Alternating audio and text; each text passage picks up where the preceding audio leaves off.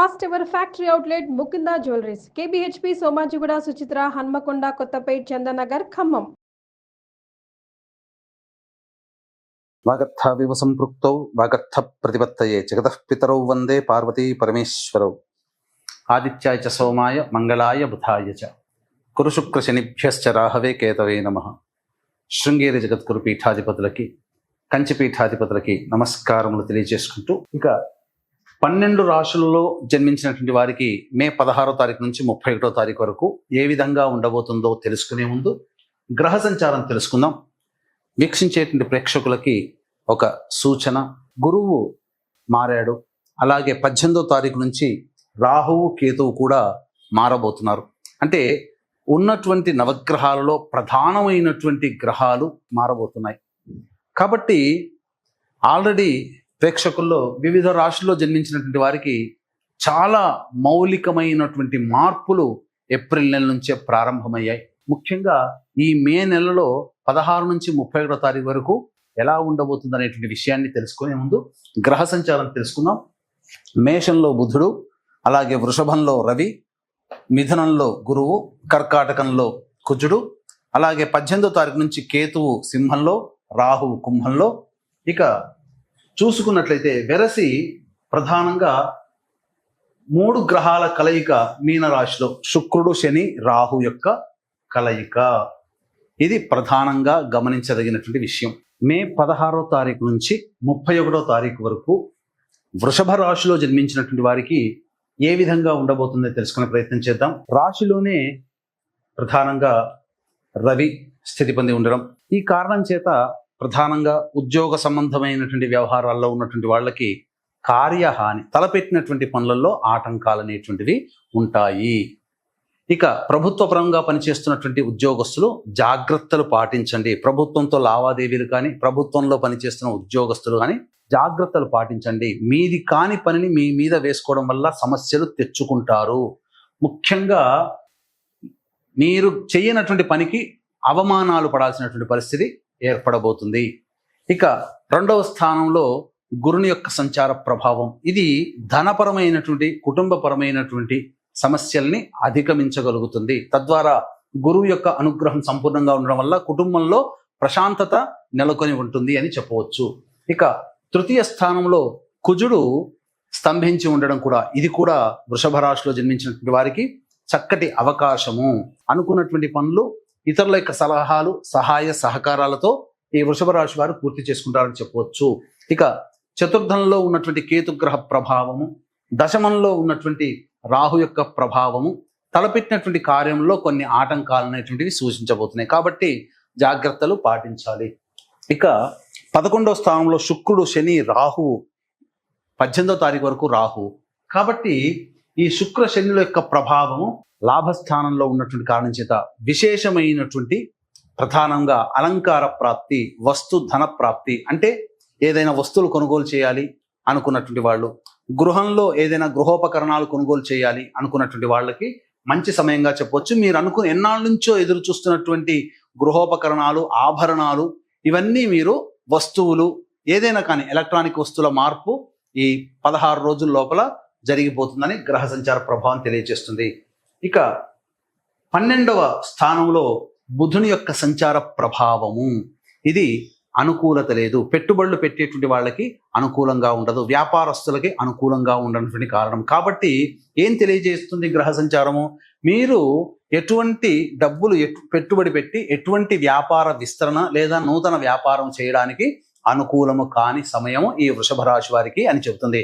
Speculations రంగంలో ఉన్నటువంటి వాళ్ళు, అనగా స్టాక్ మార్కెట్లో పెట్టుబడులు పెట్టేటప్పుడు జాగ్రత్తలు పాటించండి. అధికమైనటువంటి నష్టాలని ఈ యొక్క వృషభ రాశిలో జన్మించినటువంటి వారు చవి చూడబోతున్నారు. ఇక వివాహం కావాల్సినటువంటి అబ్బాయిలకి, అమ్మాయిలకి వివాహ సంబంధాలు నిశ్చయం అవుతాయి. అలాగే సంతానం కోసం ఎదురు చూసేటువంటి వాళ్ళు కొంతకాలం వేచి చూడక తప్పదు. ఆల్రెడీ కన్సీవ్ అయినటువంటి మహిళలు డాక్టర్ గారి సలహాల మేరకు మీరు ఆరోగ్యపరంగా జాగ్రత్తలు పాటించండి అని ఈ యొక్క గ్రహ సంచార ప్రభావం వలన మనకు తెలియచేయబడుతుంది. అయితే ఇక్కడ గమనించుకున్నట్లయితే ఈ వృషభ రాశి వారికి 16, 17వ తారీఖుల్లో ఖర్చులు అధికంగా ఉంటాయి, అనవసరమైన ఖర్చులు కలుగుతాయి, మనస్సు ప్రశాంతంగా ఉండదు, ఏదో ఒక భయం వెంటాడుతుంది, ఏదో జరిగిపోతుంది అనే ఒక ఆందోళన మిమ్మల్ని కలిచివేస్తుంది. ఇక 18, 19, 20వ తారీఖులో గనక గమనించుకున్నట్లయితే సంతాన మూలకంగా ఖర్చులు, సమస్యలు, ఇబ్బందులు పెరుగుతాయి. ఆస్తి సంబంధమైనటువంటి వివాదాల్లో కొంత వివాదాలు చోటు చేసుకుంటాయని చెప్పవచ్చు. మీ ఆరోగ్యం పట్ల శ్రద్ధ వహించాల్సినటువంటి పరిస్థితి అని చెప్పవచ్చు. ఇక 21, 22వ తారీఖులో గనక చూసుకున్నట్లయితే ప్రధానంగా మీరు ఏదైతే అనుకుంటారో, ఏ వృత్తిలోనైతే కొనసాగాలి, లేకపోతే ఏ ఉద్యోగంలో అయితే రావాలని కోరుకుంటారో అటువంటివన్నీ కూడా సంప్రాప్తించుకునేటువంటి అవకాశము ఈ యొక్క వృషభ రాశి వారికి చెందబోతుంది. ధనపరమైనటువంటి సమస్యలు తీర్చుకుంటారు. అలాగే ఉద్యోగంలో, వృత్తిలో, వ్యాపారాల్లో మీ పేరు పెరుగుతుంది, తద్వారా మీకు మంచి యోగ్యత కలుగుతుందని చెప్పవచ్చు. ఇక 23, 24వ తారీఖులో చూసుకుంటే అన్ని విధాలుగా వ్యాపారం, వృత్తి, ఉద్యోగాల్లో ఉన్నటువంటి వాళ్ళకి సంపూర్ణమైనటువంటి యోగదాయకమైనటువంటి కాలము. ధనపరమైనటువంటి సమస్యల్ని తీర్చుకుంటారు, అన్ని విధాలుగా ఆనందదాయకంగా ఉంటుంది. ఇక వీక్షించేటువంటి ప్రేక్షకులకి గమనిక, ఈ యొక్క హనుమత్ జయంతి సందర్భంగా మే 22వ తారీఖు రోజున జాతకరీత్యా అన్ని రాశులలో జన్మించినటువంటి వారికి, ఎందుకనంటే గురువు, రాహువు, కేతు, శని 4 రాశులు, 4 గ్రహాలు రాశులు మారాయి కాబట్టి 12 రాశుల వారికి ఇబ్బందికర పరిస్థితులు అనేటువంటివి ఉంటాయి. ముఖ్యంగా వృషభ రాశి వారికి కొంత సమస్యలు అనేటువంటివి ఉంటాయి. కావున ఈ యొక్క హనుమ జయంతి సందర్భంగా మన్యు సూక్త హోమము, అలాగే శనీశ్వర హోమము, అఘోర పాశుపత మంత్ర హోమం, వివాహము, విద్య, ఉద్యోగము, దాంపత్యము, సంతాన సమస్యలకి వివిధ రకాల హోమాది కార్యక్రమాలు అనేటువంటివి సర్వదోష నివారణ పూజల హోమాల్లో భాగంగా చేయించడం జరుగుతుంది. ఈ కార్యక్రమంలో గోత్రనామాదులు నమోదు చేసుకున్నటువంటి వాళ్ళకి శంకరుంగలి మాల అనేటువంటిది ఇవ్వడం జరుగుతుంది. ఇది ధరించడం ద్వారా పాజిటివ్ ఎనర్జీ పోతుంది, ఆ పాజిటివ్ ఎనర్జీ ఉంటుంది, నెగిటివ్ ఎనర్జీ పోతుంది. ముఖ్యంగా వాహనాన్ని నడిపేటప్పుడు వాహన ప్రమాదాలు చోటు చేసుకోకుండా ఇది కాపాడగలుగుతుంది.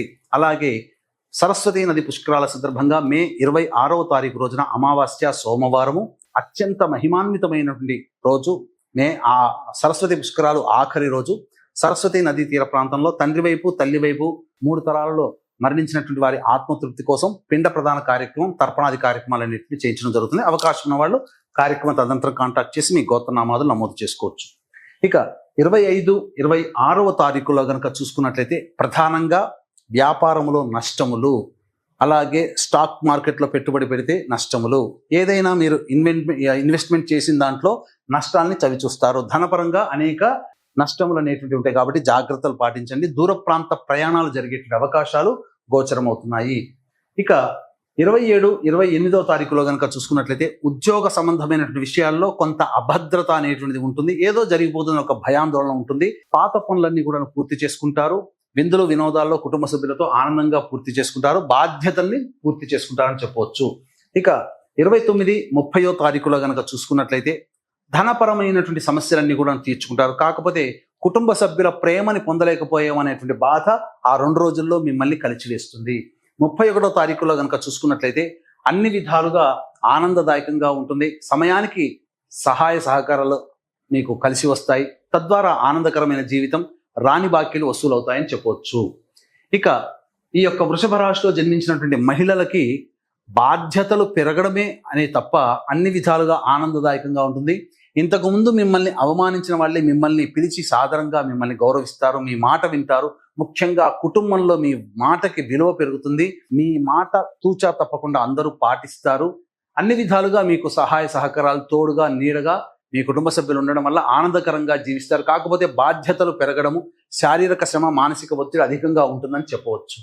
ఇక ఈ యొక్క వృషభ రాశిలో జన్మించినటువంటి వారు పలు సమస్యల నివారణార్థమే ప్రతిరోజు కూడా సూర్యుడికి నమస్కారము, సూర్యాష్టకం 6 సార్లు పారాయణం చేయడం, కాలభైరవాష్టక పారాయణం చేయడం అనేటువంటిది ప్రధానంగా గమనించాల్సినటువంటి అంశము. ఎందుకనంటే ఈ యొక్క సంబంధించినటువంటి కాల సర్పదోషములో అన్ని గ్రహాలు ఉండబోతున్నాయి. కావున అన్ని రాశుల వారికి ఇబ్బందికర పరిస్థితులు. అందుకనే ఈ యొక్క సమస్యల నుంచి బయటపడడం కోసం 22వ తారీఖు రోజున సర్వదోష నివారణ పూజల హోమాలు అన్ని రాశుల వారికి, 26వ తారీఖు రోజున పితృదేవతలు అనగా మీ తండ్రి వైపు, తల్లి వైపు మరణించిన వారి ఆత్మతృప్తి కోసం సరస్వతీ నదీ తీరంలో పుష్కరాల సందర్భంగా పిండ ప్రధాన కార్యక్రమాలు అనేటువంటివి చేయించడం జరుగుతుంది. అవకాశం ఉన్న వాళ్ళు కార్యక్రమ తదనంతరం కాంటాక్ట్ చేసి మీ గోత్రనామాలు నమోదు చేసుకోవచ్చు. సర్వం శ్రీ ఉమామహేశ్వర పరబ్రహ్మార్పణమస్తు.